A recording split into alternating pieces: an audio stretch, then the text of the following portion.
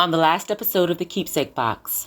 When the house was completely clear of company, I was again confronted with a familiar situation, the calm before the storm. Ken walked over to me.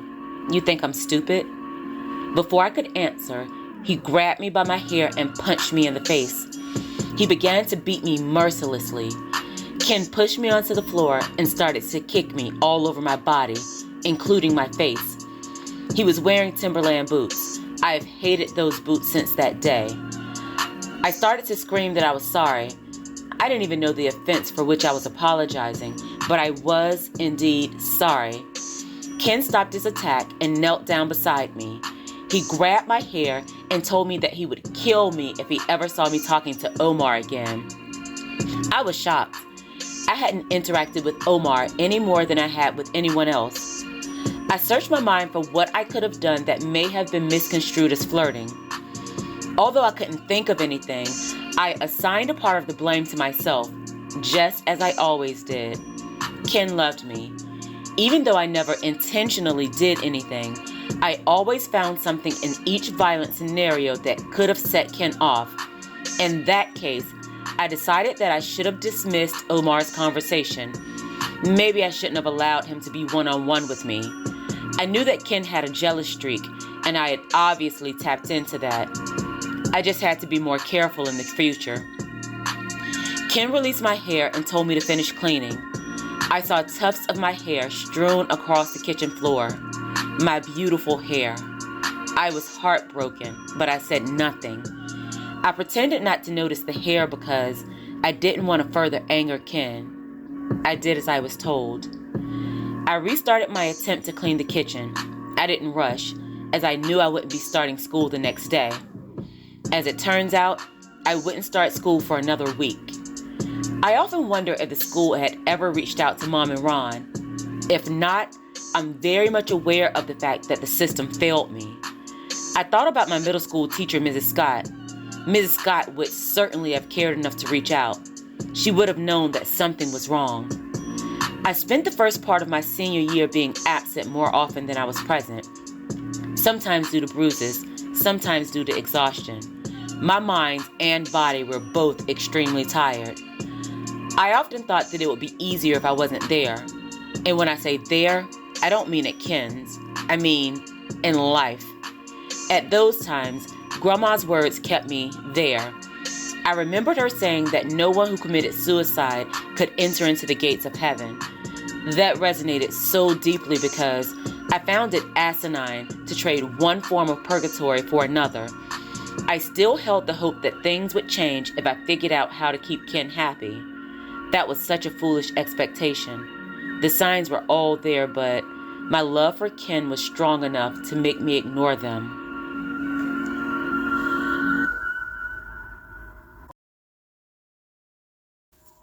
Chapter 24, Ending and Beginning. Narrated by Shandora Warren. Music by Epidemic Sound. It was February, and I had just barely passed the first semester of my senior year. By that point in time, physical violence was a common occurrence in our household. I awoke early, just as I did every other morning. Well, on the mornings that I actually made it to school. I stared at my diminished reflection in the mirror as I styled my hair. I was forced to strategically style it to account for the clumps of hair that were missing. I felt so low and completely out of control of my life. For some reason, Grandma rested heavily on my mind that morning. I decided to skip school to pay her a visit. My attendance was already extremely poor. What was one more day? I kissed Ken and left, just as I did every other day. But on that day, I headed in the opposite direction and drove towards Grandma's. I thought about how different things could have been if any of one of several things had or hadn't happened. How would life have been if Mom hadn't ever moved in with Ron? What if I had stayed with Grandma instead of moving in with Sharon? What if I had kept the baby? What if I had left the first time Ken decided to hit me? Life could have been so different, but it wasn't. My life was the result of my bad decisions and the bad decisions that I allowed others to make for me. and that weighed heavily upon me on that day. I'm not sure what I expected out of a visit with Grandma. She'd be happy to see me, but I feared that she would smell the sinner on me. But something in me felt that I needed to see her. I needed to apologize.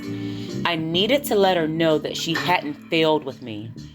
I had taken in everything that she ever tried to teach me, but it was me. She did her best, and my deviation was completely on my own accord.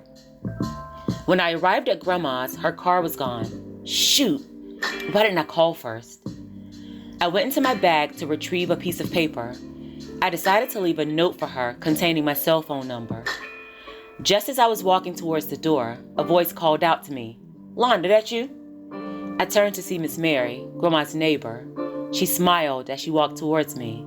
"I'm glad somebody's going to do something with the house. I was worried about that." I paused. I was confused about what she was saying. I guess the bewilderment showed on my face because something changed in Miss Mary's expression. "When the last time you seen your grandma?" she asked. I thought for a moment and realized that I couldn't remember the last visit with Grandma. It had certainly been a while. At that moment, Miss Mary uttered the words that I wasn't ever prepared to hear. "Londa, your grandma passed away 3 months ago." I don't remember much in reference to the initial moments that followed. I remember falling onto the ground and screaming at the tops of my lungs.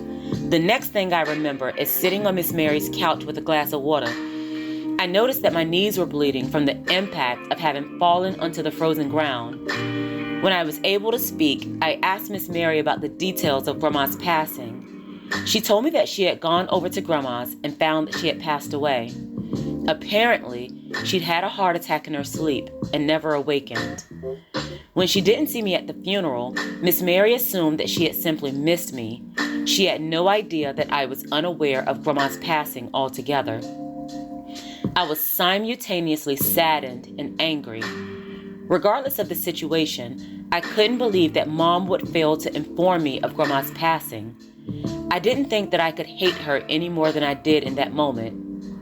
It turned out I absolutely could.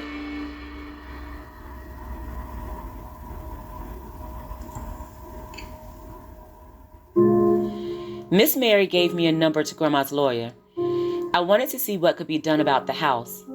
I called him and he told me to come in right away. Upon arriving, Grandma's lawyer solidified that my hatred for Mom would remain constant. Due to Mom's drug habit, Grandma no longer trusted her. She was in the process of changing her will since I had recently turned 18. Grandma had already changed things to ensure that I would get her house in a small financial lump sum from one of her policies. But due to some incomplete paperwork, the large policy hadn't yet been transferred over to me. Originally, Grandma had made provisions for Mom to get the entire financial inheritance, and she was to give me a portion on my 18th birthday. The car, which Grandma had intended for me to have, was also given to Mom. Knowing Grandma's intentions, her lawyer had contested the will after her death, but because the paperwork hadn't been legally changed, the original arrangement had to stand. Mom received a check for the full amount, and even though I was 18, she hadn't even attempted to give me my share. I wasn't surprised that Mom hadn't done the right thing. That had become a pattern of behavior. I signed the paperwork, giving me full access to Grandma's property and the small policy that she had left for me.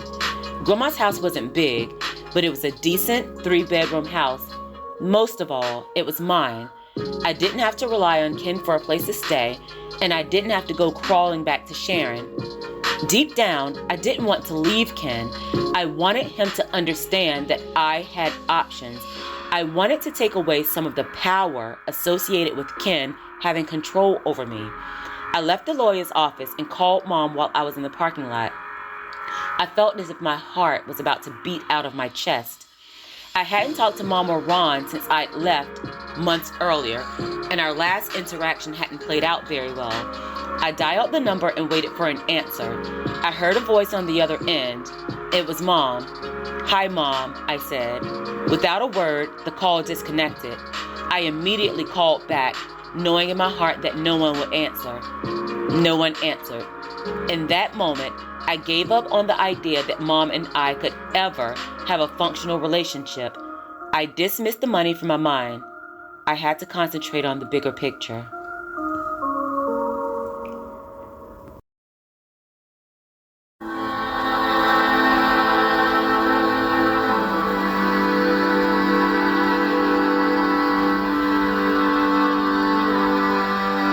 Grandma had provided an opportunity for me, and I had to take advantage of it. Regardless of how I had acquired it, I had a house that was waiting for me. I needed to get my things from Ken's, but I knew he wouldn't let me go without a fight. I also knew that I would be the loser in that fight. I called the police and asked them to meet me at Ken's. All I wanted was the assurance that my attempt to leave wouldn't be met with violence. I waited down the street and watched for the police. When I saw that they had arrived, I started making my way towards the house. Things happened really quickly from that point. I stepped into the porch just in time to see the police officers placing handcuffs on Ken.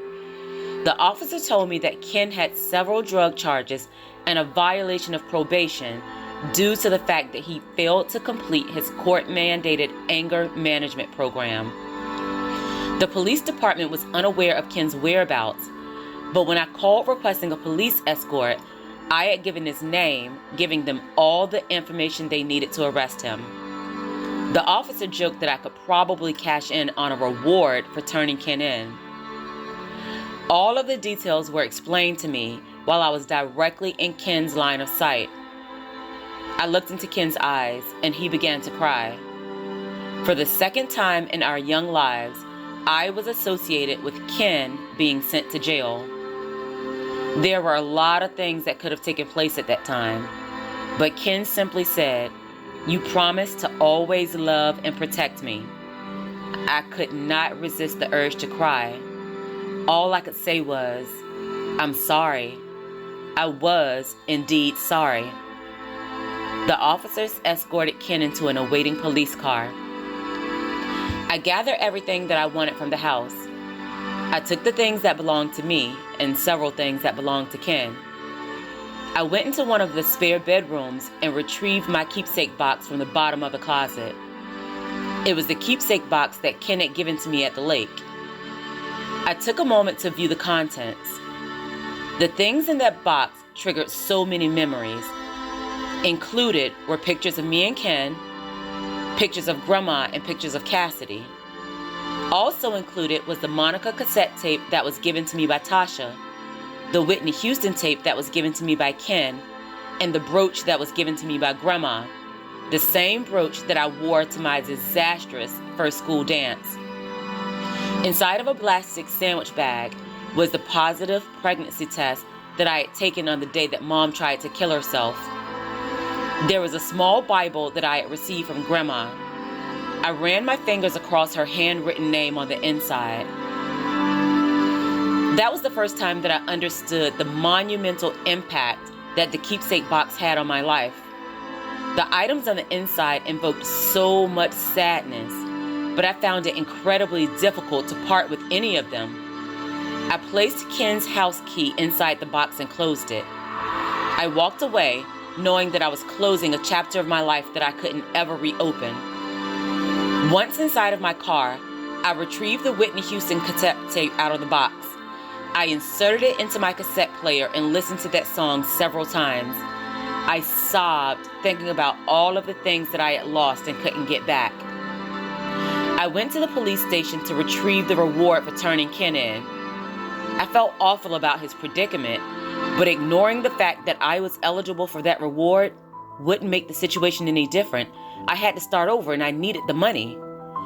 I settled into Grandma's house and tried to create a new normal. Against all odds, I got back on track and graduated from high school on time. But since I had fallen so far behind, I was ineligible for any college scholarships. I would have to do it all on my own. I enrolled in a local community college and got a job at a gas station. I had been through a lot, but things were finally falling into place. My job at the gas station didn't pay much, but it was a start. It was an opportunity for me to live without having to depend on someone else. It was a bit of a struggle, but I was proud to say that I was doing it on my own. That's not the end of the story, of course. As it happened, an unforeseen complication changed the course of my life, for the better and for the worse. It was 1998. I was finishing my shift at the gas station when a familiar face walked in. I didn't know it at the time, but he was about to become my new kin.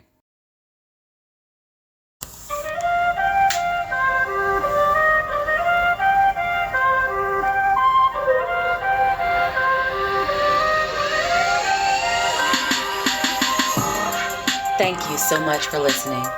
Make sure to follow Shenny Tells a Story on Facebook and Instagram. I'd love to hear from you. If you're interested in purchasing books by Shandora Warren, they're all available on Amazon. I sincerely appreciate each and every one of you. Thanks for helping me to create the world that I want to see. Oh yeah, you're welcome.